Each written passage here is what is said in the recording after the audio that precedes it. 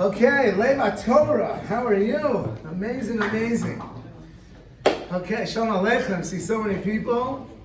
It's been crazy. It's been mamish 2 years since I've been able to get into Eretz Yisrael. We used to take this for granted. You get on a plane, you go to Israel. Now it's like, I just kept getting canceled, and so then I tried to register for the Miss Universe contest, but I was disqualified because of my height. It's 2022. So, but now Baruch Hashem, you finally get going, you finally get in there, and people keep asking me, like today's mamash my first day. So people keep asking, how's your flight? That's the great thing about living in New Jersey, which is that as soon as a plane takes off from Newark, New Jersey, it does not matter where it's going. Life gets better. So, we took off, and I have to say, this is the first time this has ever happened to me. But I was on the plane, sitting next to this very wonderful couple from Muncie, and the pilot comes on. I promise you this is true. He comes on and he says, after he gives all the instructions of what to do if you slam into the ocean and how your cushion's going to float. So he says, if you're interested in davening, if you want to daven, this is what he says. If you want to daven, you could use the middle galleys, but it has to be after they finish clearing from the food. And Nusach Sfar. No, he didn't say that. Right? It has to be after they finish clearing the galleys from the food. And so that's what happened. We all met up there. And we're all davening Shachris, fighting about this manim, because this one has the nice manim calculate. There's always one guy on the plane who's like, I calculated based on takeoff and the degrees and the curvature and the this and the that. And from 422, and all of us are like, this guy's still talking about the, Then you have the Hasidim who are davening Ma'ariv while we're chilling from a Motzei Shabbos the night before, which I'm not sure what that was about. But anyway, so finally we daven Shabbos, and then at the end of the flight we reconvene again in order to daven Mincha before we land. Because now, once you land, the passports and the Q-tips and the whole thing. So we're davening Mincha. Now we all get together. It's 15 of us in this galley. And obvious, pashut, right? This is going to be a Mincha with Hechi Kedusha, right? Hechi Kedusha, right? So everyone, all 11 of us, all 12 of us are like, Hechi Kedusha, Hechi Kedusha. There's one guy, right? Whatever. And he's like, we cannot do Hechi Kedusha. We're doing the whole thing. We're going all the way. We're doing and I'm like a Rav from Pesach on this plane. I'm like, of course we're doing the whole thing. Who would ever not want to do the whole thing, right? Meanwhile, this guy doing Chazaras HaShatz, he's on his iPhone doing Wordle, whatever this is, the whole time. And this is all taking place at the end of the flight. When the stewardesses, they look like your mother at the end of a 3-day yontif. She's like, I really had to have another one. That's what's going through there. So anyway, whatever. So the plane goes, we finally get in. It was and the truth is, it's amazing. This whole minyan culture on the plane baffles me, because there are 236 million Christians in the United States of America. I have never seen one of them pray outside a restroom on an airplane. Mamish, not one, right? Or a Muslim put out a carpet, on an, it's only Jews who feel the need to do this. The truth is, I met a minister. I was once taking a train in Baltimore, and I got stuck for 20 minutes in some, and I ended up at a Starbucks sitting down, and this guy says, do you mind if I sit down next to you? No. So I said, what do you do? So I said, I'm a rabbi. What do you do? I'm a minister. I'm like, oh, let's go walk into a bar. No. So I said to him, so what's it like running a church? I was just curious, do you have a board? Do you have a president? Do you have obnoxious balabatim? Doing during COVID? I sent out my Omicron email to my shul a few weeks ago, which basically said, we all have to be very vigilant and very careful, and we're not doing anything different. So I sent this out to the whole shul, and a guy emails back, Dear Rabbi, B-, love Steve, right? And I called him up and I said, I want you to know, it was the minus that really wanted my name. If you would have just said C, it would have been fine. There are people in this room who know this guy. His name is C. And, right? But I said the minus, you have to find the minus. I don't even know where minus is on the keyboard. If you're using an iPhone, you have to go to a separate keyboard to be no, not B, not B, not B. B minus. It's going to be minus, right? So anyway, I'm sitting with this guy, and he's like, yeah, we have a board, we have a president, we have a sisterhood, we have, a nuns club, whatever it is. And so I said to him, what is the biggest challenge you have in your church? What's your biggest challenge? So he says to me, our biggest challenge in the whole church is inspiring the youth. Very, very hard to inspire the youth. So I'm like, oh, so he goes, what do you guys do for youth? I'm like, oh, we have the best youth program. We have something called a teen minion. He's like, what's a teen minion? I said, it's a service that's run by the teens in the shul. Starts at like 10:45, ends at 9:30. And it's got and he's like, it's just for kids? I'm like, yeah, there's like 6 creepy adults who pray in the room. No one really knows why, and no one really wants to. But they're kind of in there in the back, and it's the most amazing thing in the world.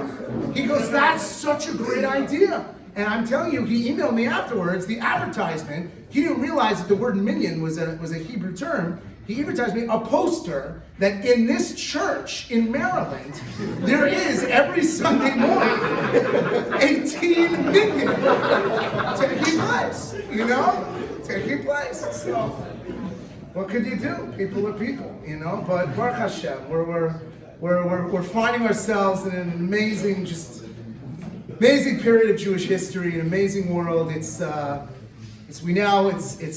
month of Adar. Mishanichnas Adar, Marbin B'Simcha, right?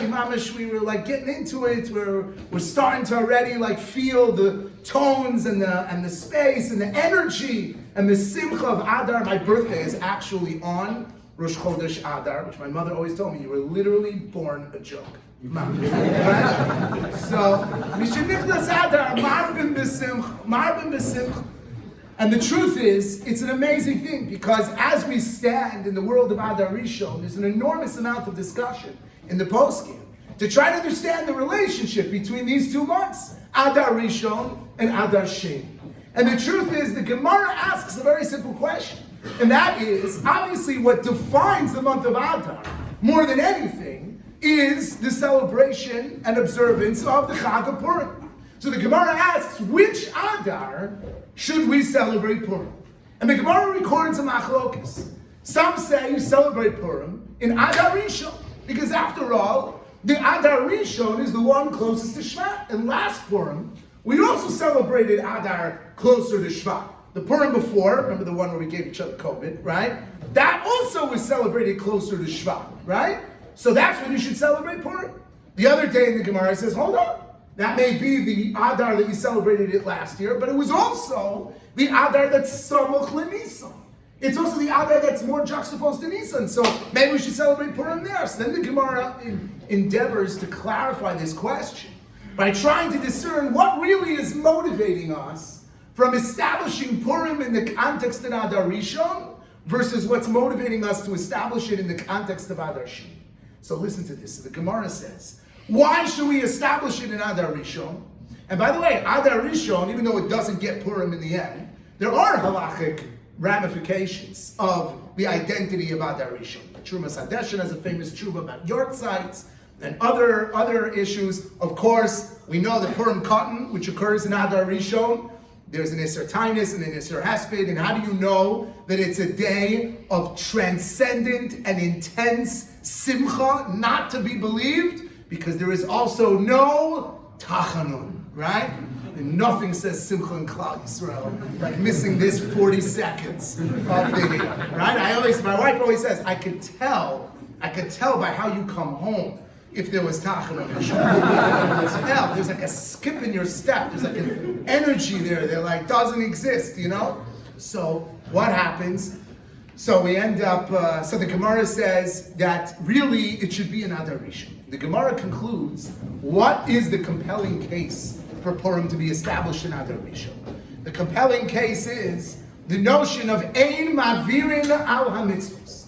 Ein Mavirin al HaMitzvos means that when we encounter an opportunity to engage in the experience of Avodas Hashem, when a mitzvah presents itself to us, Ein Mavirin al HaMitzvos, we are not permitted to pass over that opportunity. We have to embrace it. with passion, with enthusiasm, with prioritization. We have to grab the opportunity for any mitzvah that comes our way. Ein ma'avirin ala mitzvos. So says the Gemara, when Purim comes in that first month of Adar, and it's been 12 months since you dropped off all this chametz at people's homes 3 weeks before Pesach, and since you've imbibed all this non-alcoholic grape juice, since it's been 12 months, ein ma'avirin ala mitzvos. You should simply embrace the experience of Purim at that moment itself.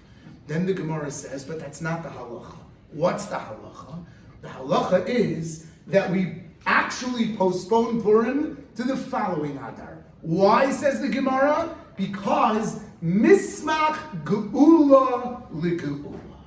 We want to create a pattern of continuity between the salvation and redemption of Purim and that of the world of Pesach.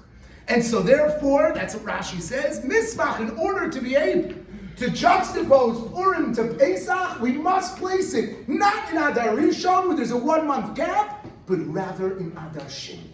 Mismach geula legeula. And how do we paskin? We paskin that Purim is in Adar Sheni. And the question is, why is that so? Ein ma'avirin ala mitzvos is a fundamental halachic concept. It exists all the time. Anytime an individual encounters an opportunity to do a mitzvah, if you were to walk outside and there's a bird on a bunch of eggs and you have a chance to do shiluach hakan, you don't go to town and get shawarma and come back and do shiluach hakan. You do shiluach hakan, ein ma'avirin ala mitzvos. You never forsake the opportunity to engage in mitzvahs. It reveals a certain sense of passion in your avodas Hashem. That is a bona fide halachic concept that exists all throughout the Torah. Mismach geula legeula is a nice thematic idea.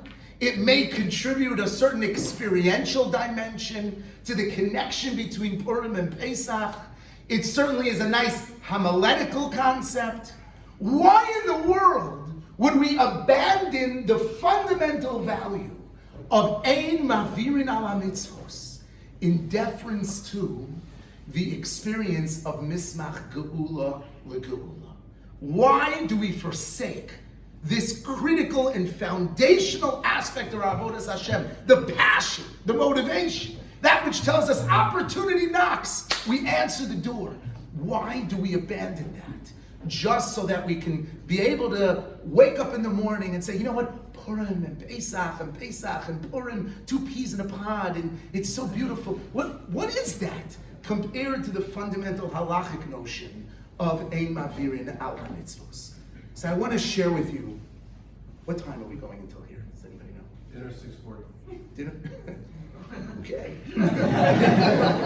You are very popular now. Okay. We'll go. It's Adar Sheni. So it's a drasha me'uber, right? During COVID, we all had to speak shorter in the shuls. They made everybody, So then you got in trouble because you showed that you could say something meaningful in a shorter period of time. So, and they didn't want to put up with the longer drashas. It's like I once told my shul when I got to speak on Sukkos, I said to them, it's a real halachic shaila for a pulpit rabbi to speak on Sukkos because it's usher to fall asleep outside of Sukkah. It's a shaila lifnei iver until I realized that a mitztayer is potter min Sukkah. Right? You're paying, you're not chayiv in Sukkah, right? So I speak longer, make you more miserable. Now you can fall asleep as much as you want, and we're good to go. Ein ma'avirin ala mitzvos. Why do we abandon ein ma'avirin ala mitzvos?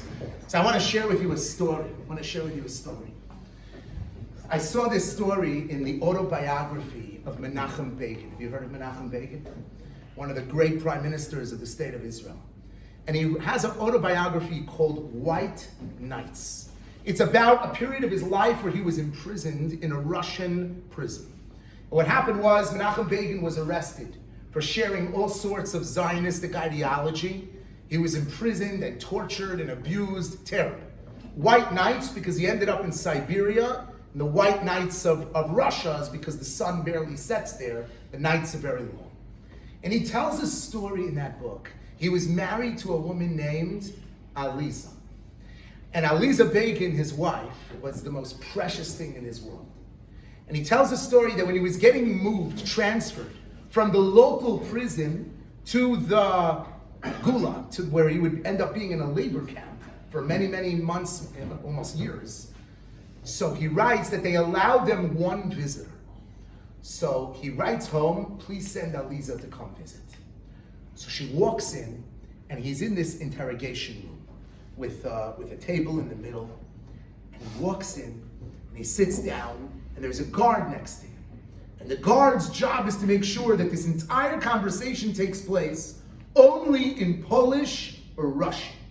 No other languages, so that they can screen and censor what's being said. So she sits down, and he looks at this woman. And she looks like his wife. She's dressed in her clothes. She seems to be his wife, but she's not his wife. She's a different person. She's literally a different person. So he figures something must be going on for such a clandestine operation to introduce this imposter. He gets very worried. And all of a sudden they start the conversation. She tells him about his parents. She tells him about his friends. And she gives him a package. And in the package is a blanket. And she says to him, along with the blanket, is a bar of sabon. You know what sabon is? Okay, a few of you know what that was. Very good. Soap is what's used to cleanse yourself. By the way, when I did this at a seminary an hour ago, they're like, soap! You know what I mean? The yeshiva's like, soap. We're already clean from the last time of this, right? So, okay. So she says, this is sabon. He gets back to his cell. The thing ends, and a Russian guard screams at them, only Hebrew, only Russian and Polish, only Russian and Polish. He gets back and he's telling his cellmate about this really weird visit. His wife didn't come. He's so worried. What happened to her? Where is she? And this woman came, and then she used this weird word in connection with the package. And he said, maybe there's something in the soap. Maybe there's something in the sabon. So they start peeling away at it. And all of a sudden, what emerges is this little piece of paper. And he opens the little piece of paper, and he sees that the little piece of paper has two words. And the words are Aliza Allah, which means Aliza, your wife, was able to make Aliyah. She was able to get to Israel. And he writes in the book that from the moment he saw this piece of paper, all of the torture and all of the abuse that he would ultimately have to bear throughout his years of imprisonment almost became something to which he was numb. Because he felt that with his wife's aliyah, which ultimately would create the context within which he could reach his moment of emancipation, of redemption. With his wife's aliyah, he was able to somehow realize what it was that they were fighting for, what it was that they were imprisoned for. He was able to advance their cause, their mission, their purpose, the meaning for which they were living. What does it mean when we say Ein Mavirin al HaMitzvos? Ein Mavirin al HaMitzvos means that we are relating to mitzvos in the here and now. It refers to the transactional demands and expectations upon us that when we encounter an opportunity for mitzvah, we do it. Check the box. Ein Mavirin al HaMitzvos. Don't move forward and go do something else. Do this right now. Ein Mavirin al HaMitzvos relates to the power of growth and learning and observance and connection that exists in the moment that is presented to us. What does Mismach Geula L'Geula mean? Mismach Geula L'Geula means that Purim in one way may be a mitzvah not to be ma'avir upon. It is a moment in Jewish history, a moment of courage, a moment of redemption, a moment of divine providence, of Hashkachas Hashem. Mismach Geula L'Geula refers not only to the transactional nature of mitzvos, but the aspirational nature of mitzvos.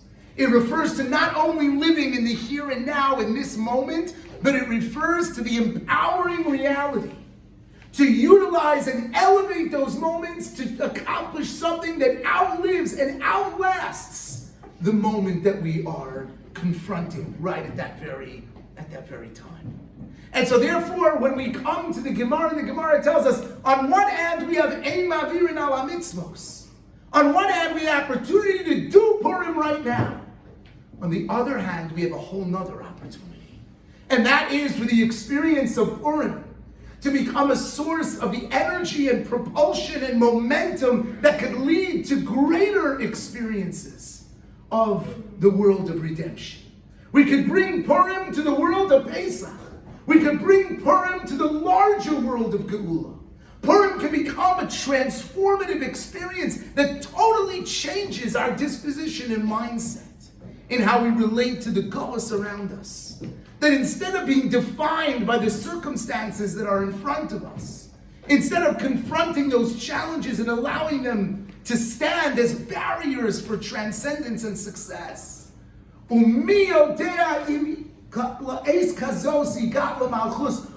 knows if the moment you've been given is not just for now, but that moment's also for the future. That moment will set into motion the salvation of Klal Yisrael and a trajectory of understanding that Purim becomes, and Purim is an internal holiday. It is part of our Galus experience. It what speaks to the reality that we can achieve moments of redemption even within the world and experience of Galus. That even though Mashiach has not come and we're not in a fully redeemed world, there's so much that can be elevated and transcended, and that we can bring to the Jewish people such a sense of passion and advancement. Mismach geula legeula. We're now in the parshios of the Mishkan. So the Torah tells us, "Va'asu li mikdash v'shachanti b'socham." Make a mikdash, and I will dwell in that mikdash. Right? Construction is not exactly the top skill set of the Jewish people, right? At YU, do we have a major in construction? I do not think so. Maybe we should, right? I was once running a group of teens.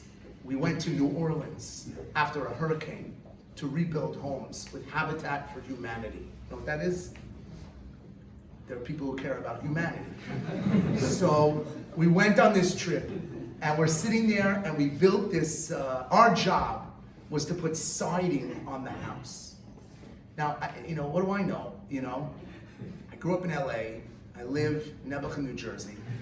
Because Hashem does bad things to good people. And we don't know why. But I'm standing there. I thought houses come with siding. I don't know. However a house comes, it comes with siding. I don't know. Somebody delivers the house. It has siding. No, you got to measure each one of the. You think it's just a big sheet of siding. It's not. Each one of those things is its own zach and its own, and that did not help the Habitat for Humanity people that I kept calling it a zach. Right? Its own thing, its own, and you gotta measure it and nail it, and we did this, and it was amazing. And then we were done. Very proud of ourselves. Went back to the hotel. I was leaving earlier of Shabbos. I wasn't spending Shabbos with the group. I was going back to my shul. So I went early in the morning on Friday to take a picture of what we did, so that we would have a sense of accomplishment and be able to, raise money. So I pull up to the house, and I'm watching as all the Habitat for Humanity guys are removing all of the siding, right? And putting it back up straight, without any Jewish interference. So, you know what I'm saying? Like, Lumdis, okay, this is not what we do, right? We buy the property, zone it, flip it, right? And then move to the 5 towns. That's what we do. We do not build houses, right? So, okay.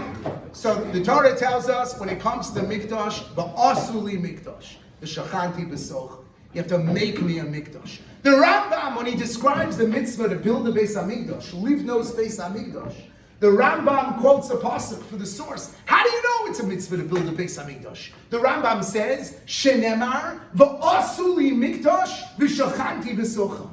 asks the Kesef Mishnah, his commentary on the Rambam, why are you quoting a pasuk that has nothing to do with the Beis HaMikdash?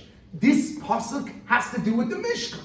The Mishkan was not going to last forever. The Mishkan was going to last for a few hundred years after they came into Eretz Yisrael, and then Shlomo Melch's going to build a Beis HaMikdash. No more Mishkan for the rest of Jewish history. We would have Mikdashei Mi'at, but never again would we put up a Mishkan. So why, Rambam, are you quoting this pasuk? When the Smag quotes the mitzvah to build a Beis HaMikdash, he quotes a pasuk that has to do with the Beis HaMikdash. Makom asher yivchar. The pasuk has to do with building a Beis HaMikdash. Why is the Rambam quoting this? And the answer is because the Rambam understood that this moment in Jewish history when the Jewish people were building this Mishkan Hashem, where they were entrusted and empowered to be able to create a space in this world that could contain and manifest the presence of HaKadosh Baruch Hu. That's such a transcendent notion that did not exist before them. The Avos and Imos, they encountered God in whatever circumstances they found themselves. There was no Mishkan Hashem where God was overtly present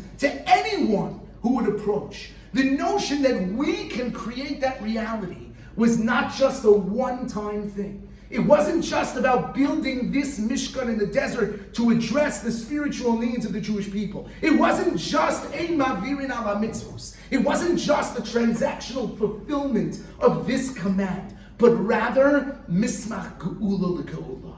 It was creating in this world a certain capacity that we have the ability to make spaces where Hashem's presence is manifest. Whether those spaces are Mishkan or Mikdash or Shuls or Batei Medrash, that the Jewish people have this ability, the Jewish people have this capacity.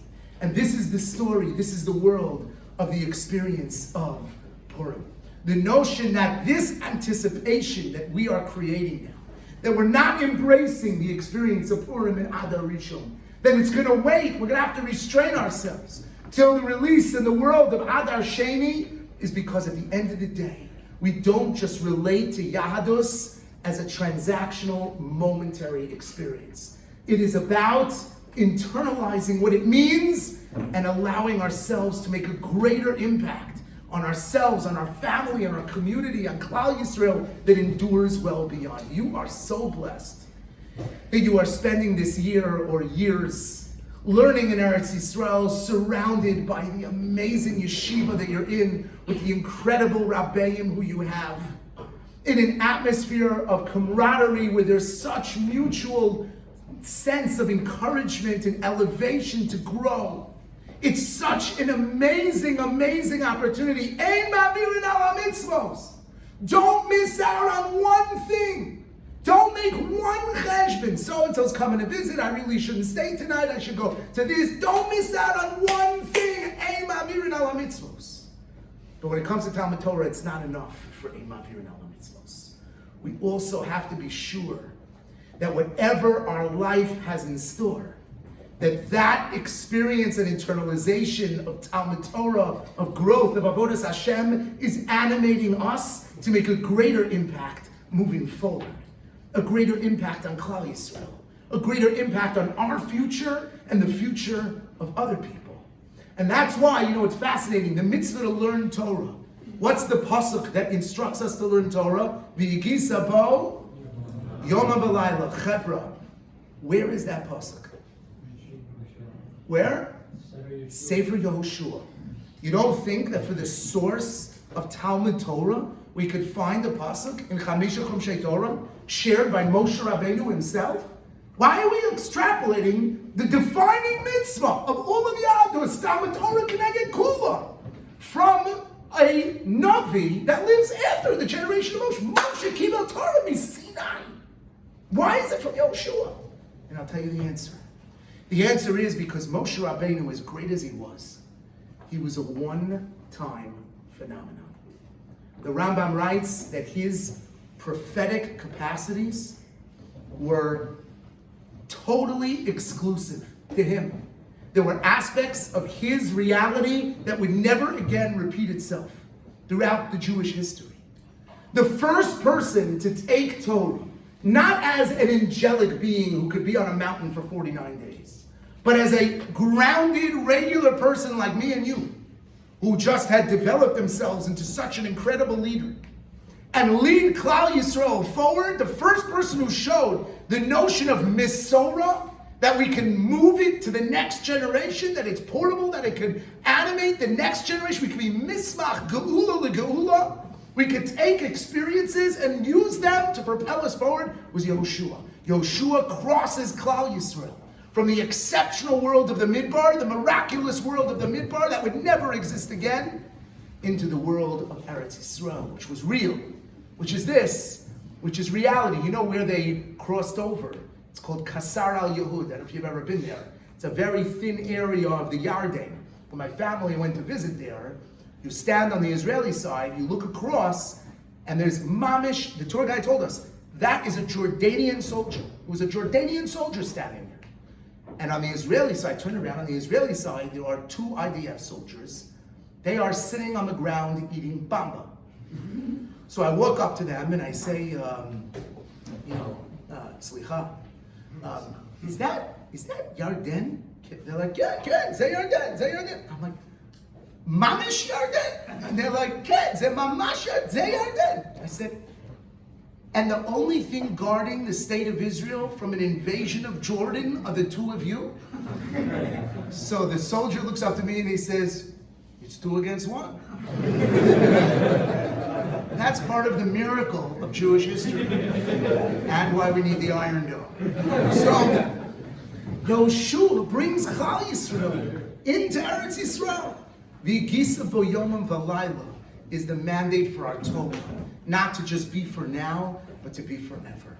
And by the way, it's interesting that the mitzvah of Talmud Torah, unlike all other mitzvahs, is not formulated as starting in the night and going to the day, but formulated to begin in one day and continue to another.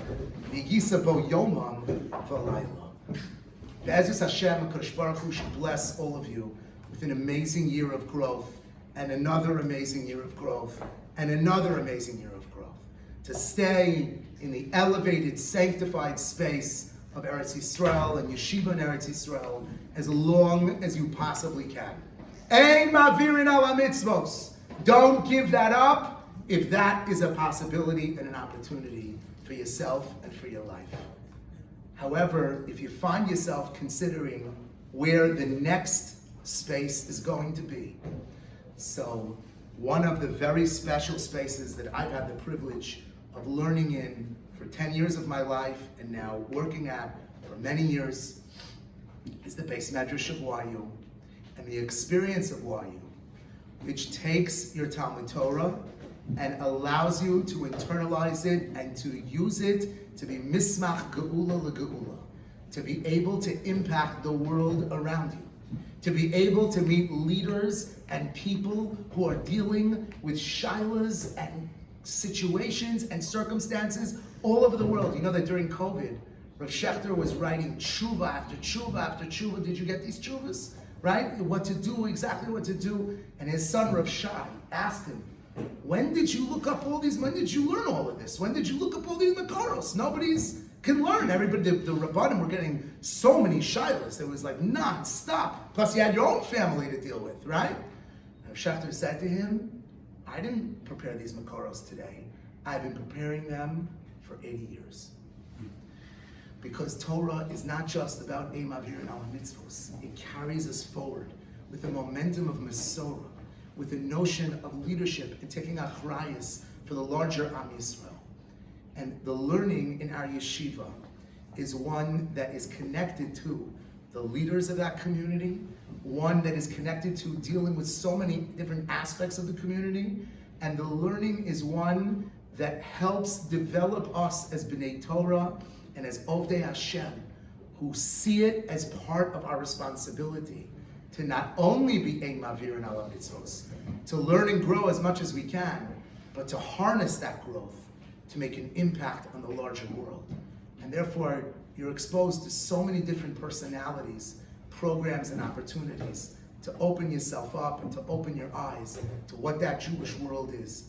And Klal Yisrael needs you very, very badly to care more than just about Ein Mavirin Ala Mitzvos, to care about Mismach Geula LeGeula, to take the experience that you've had here and Be'ezus Hashem you'll have next, and to carry it with you into the families, into the communities of Am Yisrael.